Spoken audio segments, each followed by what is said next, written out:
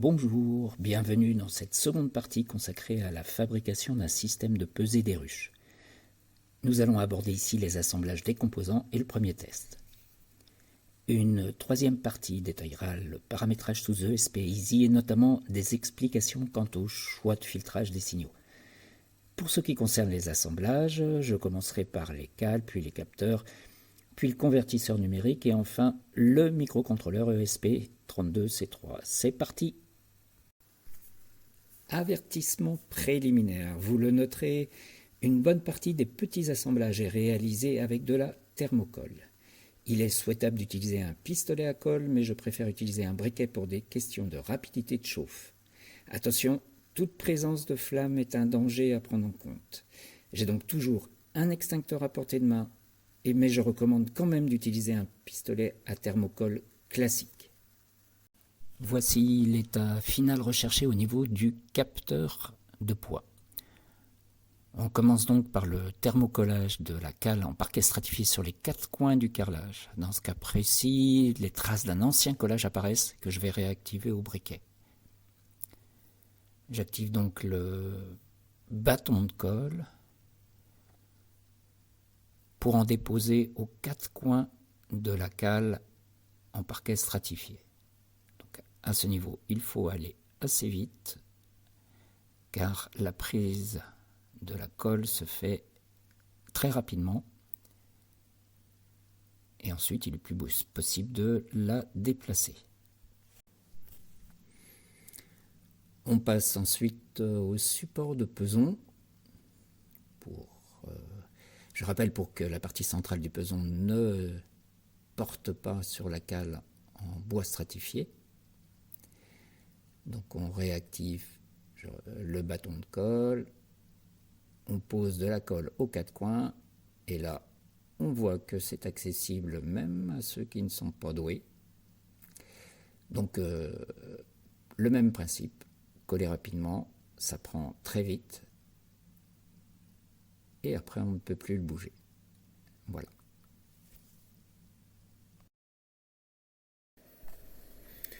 De la même manière, on passe maintenant au capteur de poids. Alors il faudra le positionner précisément au niveau du support vert, car les petits rebords ne sont pas très hauts et il peut arriver qu'on le positionne de travers, ce qui est un peu gênant pour l'homogénéité de la portée du système de pesée. Donc là, il faut positionner précautionneusement, rapidement et précisément. Une fois que c'est collé, c'est collé.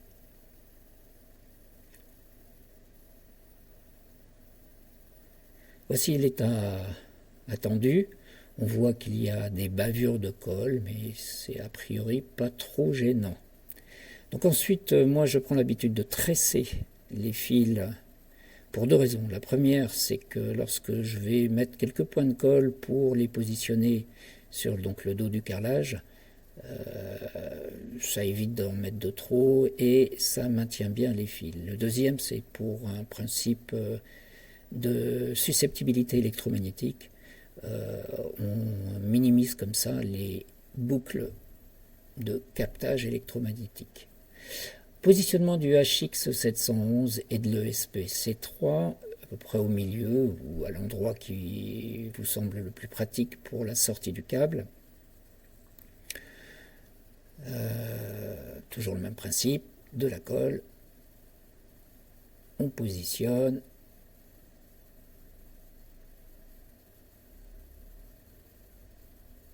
et on colle. Bon, pour l'ESP32C3, je le positionne ici de façon à ce que la prise soit légèrement relevée de manière à faciliter sa connexion avec un câble USB standard où la partie connexion C est un peu surélevée, ce qui peut poser des problèmes si on ne surélève pas cette partie-là. Donc ensuite, je recoupe les fils à la bonne longueur pour deux raisons. La première, c'est de faciliter, enfin de rendre le câblage un petit peu plus clair. Et la deuxième, je récupère les fils qui vont me servir pour les interconnexions entre le HX711 et le SPC3. Je me sers aussi de ces fils-là pour connecter une sonde de température DS18B20. C'est pas nécessaire pour le fonctionnement, hein, mais j'aime bien avoir la température de la plaque et je pense que ça, plus tard, ça me servira pour faire des corrections supplémentaires de variations de température liées aux variations de température qui induisent des petites erreurs au niveau du capteur de poids. Donc les DS18B20 en TO92 sont pas très chers et c'est assez facile d'en mettre un. Ici, il y en a un sur la droite du côté de l'inscription A+. Donc je prépare les fils, sachant que comme les bornes de l'ESP32C3 sont assez petites, et il vaut mieux préparer des doubles fils lorsqu'on a deux fils à connecter à une borne. Il vaut mieux les préparer avant plutôt que de rajouter, essayer de souder deux fils sur la même borne. Donc, nettoyage de la panne, étamage de la panne, du fer à souder, étamage du fil et recoupe du fil à la bonne longueur pour éviter des surlongueurs qui pourraient induire des courts-circuits.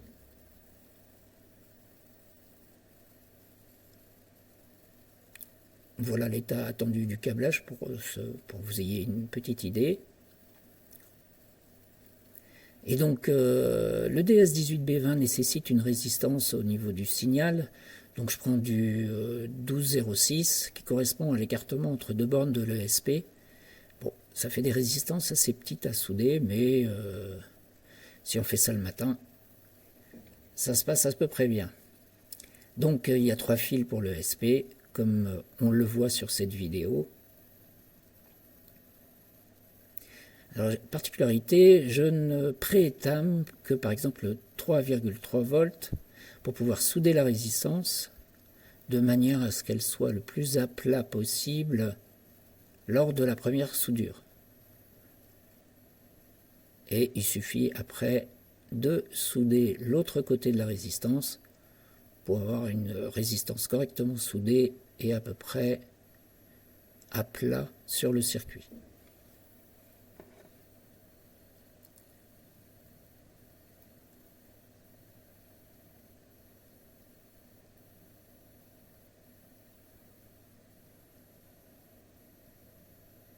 Voilà, donc j'en profite pour étamer les autres bornes. Ici, le GND et de souder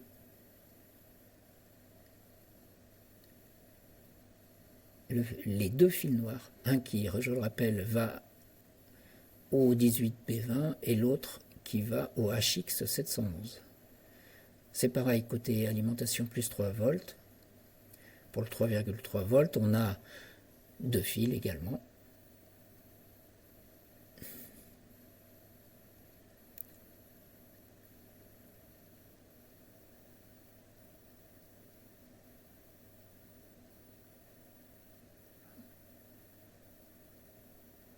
Et enfin, le fil de signal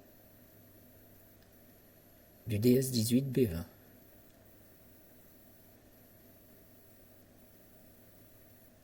J'évite de mettre des petits morceaux de fil sur le circuit pour éviter les courts-circuits. Voilà. Les fils côté DS18B20 sont maintenant soudés.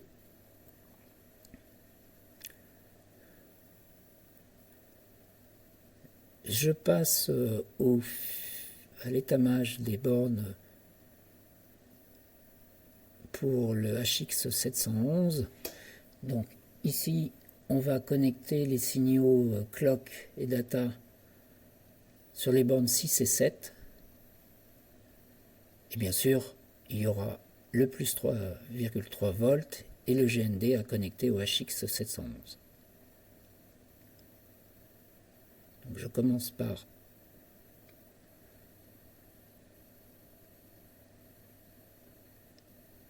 les signaux. Borne 6 et 7.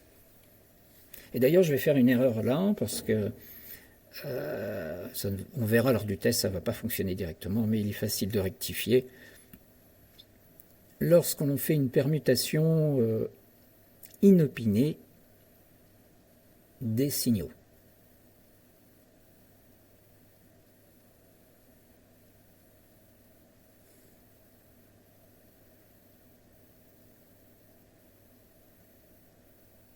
On connecte maintenant l'alimentation du HX711, du convertisseur numérique,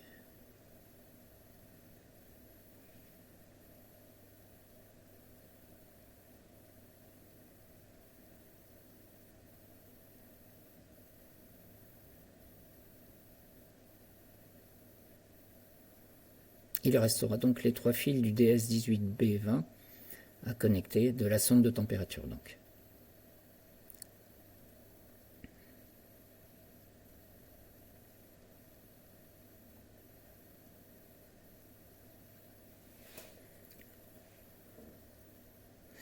Pour la sonde, je prépare 3 petits morceaux de gaines thermo qui serviront à isoler les pins du DS18B20 une fois que les soudures, les connexions au fil seront réalisées.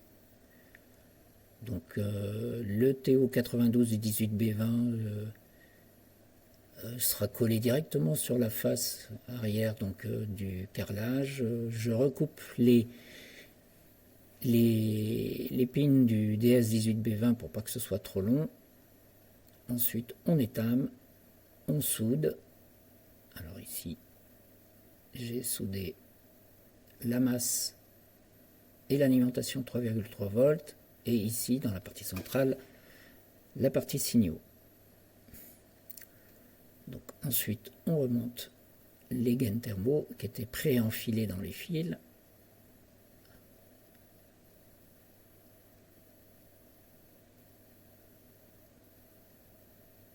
Voilà.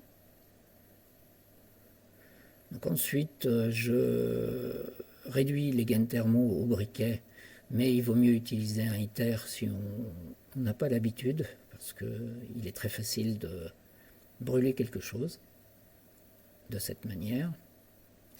C'est rapide, mais ça a des inconvénients. Ensuite, je torsade les fils de la même manière que j'avais tressé les fils des capteurs de poids. Et je viens rapporter un peu de colle thermo pour positionner à l'arrière la sonde de température, qui donc donnera la température du carrelage en ce lieu.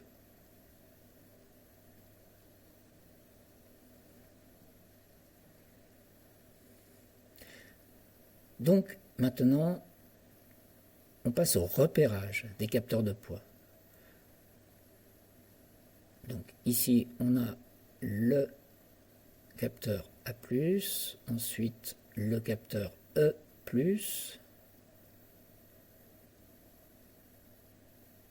ici le E-, et enfin le capteur A-. Ici, on aura la liaison des fils noirs, la liaison des fils blancs, à l'opposé, la liaison des fils blancs pareil, et à l'opposé, la liaison des fils noirs.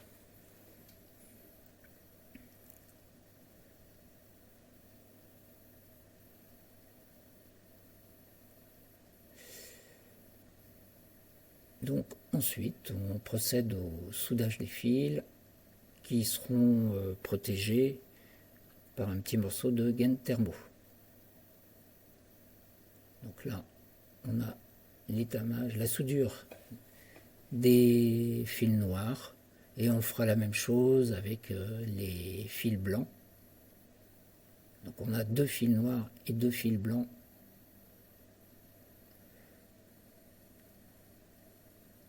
à connecter. Donc là c'est la thermo, et pareil, un petit coup de briquet pour réduire tout ça. Et si c'est pas satisfaisant, on aide un petit peu à la main. Attention à ne pas vous brûler, parce que c'est quelquefois un petit peu chaud.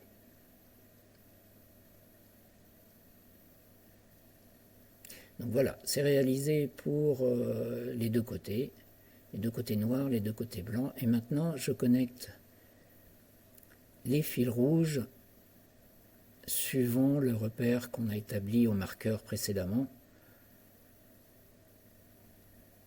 Donc à savoir les A-, A+, E-, E+, de manière à connecter les entrées du HX 711.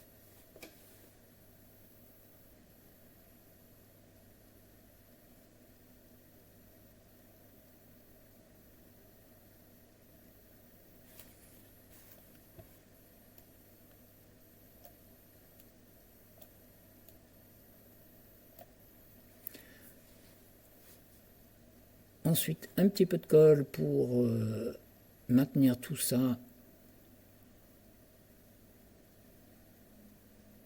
et de manière à ce que ça ne dépasse pas trop. Donc voilà, on en met un petit peu partout, ça semble dépasser.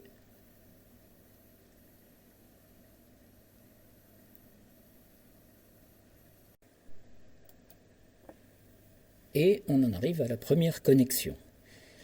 Donc, alimentation donc en plus 5 volts.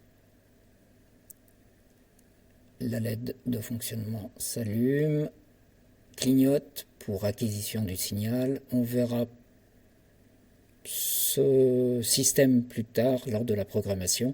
C'est très pratique pour savoir si la puce fonctionne correctement. Donc ensuite, je me connecte directement sur SPISY. Je surveille le nombre d'acquisitions qui se fait toutes les 10 secondes pour voir si la mesure de poids évolue, ce qui voudrait dire que ça fonctionne correctement. Mais là, on voit que ça ne bouge pas lors des mesures, c'est donc que j'ai mal câblé. Donc je permute les bornes 6 et 7 pour voir si ça vient de là. Et en effet, ça vient bien de là. Lorsque on va refaire la mesure, on va s'apercevoir que ça bouge. Pareil pour la sonde de température là qui ne bouge pas. Je reconnecte le nouveau capteur et on a maintenant la température qui s'affiche correctement. On va passer ensuite à au tarage des capteurs. Alors, pour ce faire, déjà, on fait la mise à zéro. J'utilise une formule de correction. Là, j'enlève la formule de correction pour pouvoir vérifier que mon tarage à zéro est correct. Donc là, c'est à peine suffisant, donc je recommence le tarage.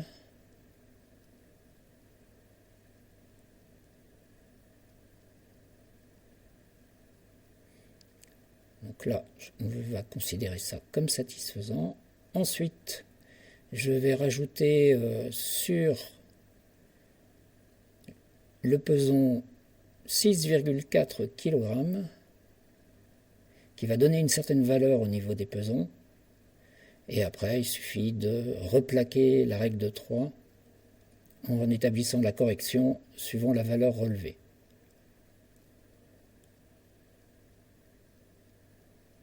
Donc là, je remets la valeur relevée. Et mon système est étalonné et je dois avoir à peu près 6400 grammes. Eh bien, c'est terminé pour cette deuxième partie. On verra dans une troisième partie le paramétrage de l'ESP Easy sur donc l'ESP32C3 avec un petit bonus sur la connexion et notamment la visualisation de la connexion d'Internet à la box, comme vous avez pu le voir avec un clignotement qui donne l'état de connexion. Eh bien, j'espère que ça vous donnera des idées pour vos bricolages et je vous dis à bientôt. Au revoir.